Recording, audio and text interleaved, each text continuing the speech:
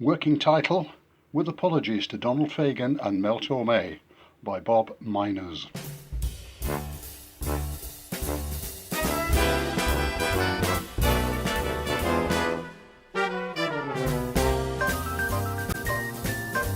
She didn't know this, but he had spotted her the day she first joined the firm. Her hair, chestnut brown, was just the length he really admired in women. Her figure, trim rather than slim, was the figure of a woman who had lived. Her smile, slow to start, lit up the world when it blossomed. He didn't know this, but she had spotted him the first day she joined the firm. His hair, dark, curling and rather long, had the oddest grey flash at the front. He was taller than she was, and she liked that. He didn't stare the way so many men do. Their meeting that day she first joined the firm was brief, formal, a handshake, an exchange of names, then her guide whisked her away. Their work never overlapped. The office, though open plan, placed the pair about as far from each other as could be. The facilities, coffee machine, water cooler, printer, loos, were all available at either end, too convenient to allow the kind of casual encounter both longed for. If he had strayed in her direction, he would have felt like a trespasser, or worse, like one of the loathsome office Lotharios who posted pictures of conquests on the net. Had she sought to engineer an excuse to cross the floor, she would soon attract the finger of ridicule from some, and be by others as the fast, flighty, pushy type, bent on extracting as much gin or prosecco as possible before the inevitable parting of the legs. It was not till the Christmas do, 6 whole weeks after she first joined the firm, that their first real meeting was effected on the dance floor. He had kept his eye on her all evening, gradually, gingerly inching his way in her direction, and finally, despite setbacks, alongside her, not facing her at first, then facing her but not looking, then looking.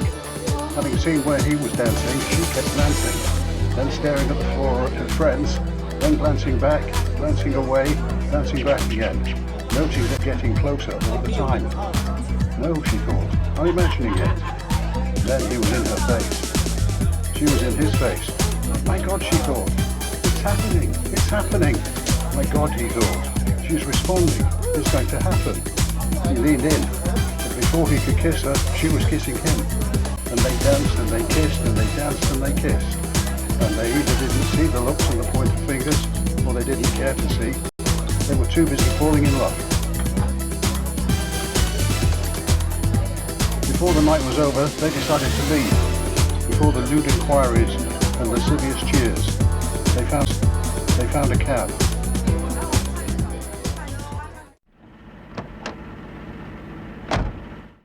She gave the driver her address, and they rode through the night, until suddenly she asked the driver to stop. She asked if they might walk home from this point, the night being such a lovely night. So the driver was paid, and the cab and the two set off walking. They walked beneath the night sky, dark but streaked with colours never seen in a night sky, greens and yellows and purples and pinks. Their love was strong and expanding and taking over the universe. Then, in a moment, the sky clouded and had only the darkest greys to show, but they were still in love, and then the rain began. Light rain, but cold rain, though even this could not dampen their love. They just walked between the raindrops back to her door. They held each other close. The warmth of their bodies dispelled all cold. Their world was sealed and complete of itself. Then he pulled away slightly and held her hands tightly in his own. The moment isn't right, he told her. I love you, but this is not the moment. I need to go home. But it's cold, she told him. You'll freeze out there. It's not that bad. I can run if I need to. Be careful then. The rain will be freezing. The pavements will be icing. Oh, it's not that far. I can be home in 20 minutes, maybe less. She gripped his hands even more tightly, held him closer, and whispered, I think you're a wonderful man. Most men would already have dragged me upstairs by now, and I would have gone with them, I would. But that's not. Leaned her head on his shoulder. Come back tomorrow. We'll do it then. He did come back, and they did do it, more than once, in more ways than one.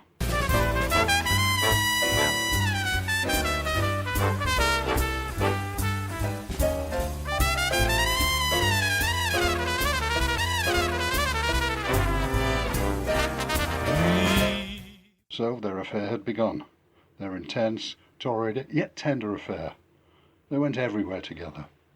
Quickly they were acknowledged by their colleagues not as a topic for gossip, but as an item, the couple most likely to. They even broke with visited each other's workstations unashamed. No one sneered at his soppiness, as once they might have done. No one tutted or pointed behind her back. They became immensely popular throughout the whole firm. It therefore came as a surprise that he woke up one morning, alone for once, and wondered what he had been up to all these months. How could he become so committed so quickly, so completely, just to her? She was all right, and that was all. He would have to tell her. Though not at work. He would take her out Friday evening, a posh restaurant somewhere, and break the news to her then, gently.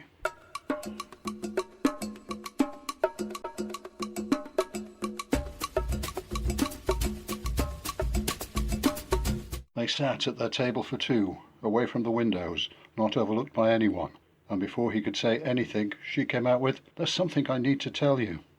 He replied, "I know how this goes. I've read the book. I think I've just had the good..."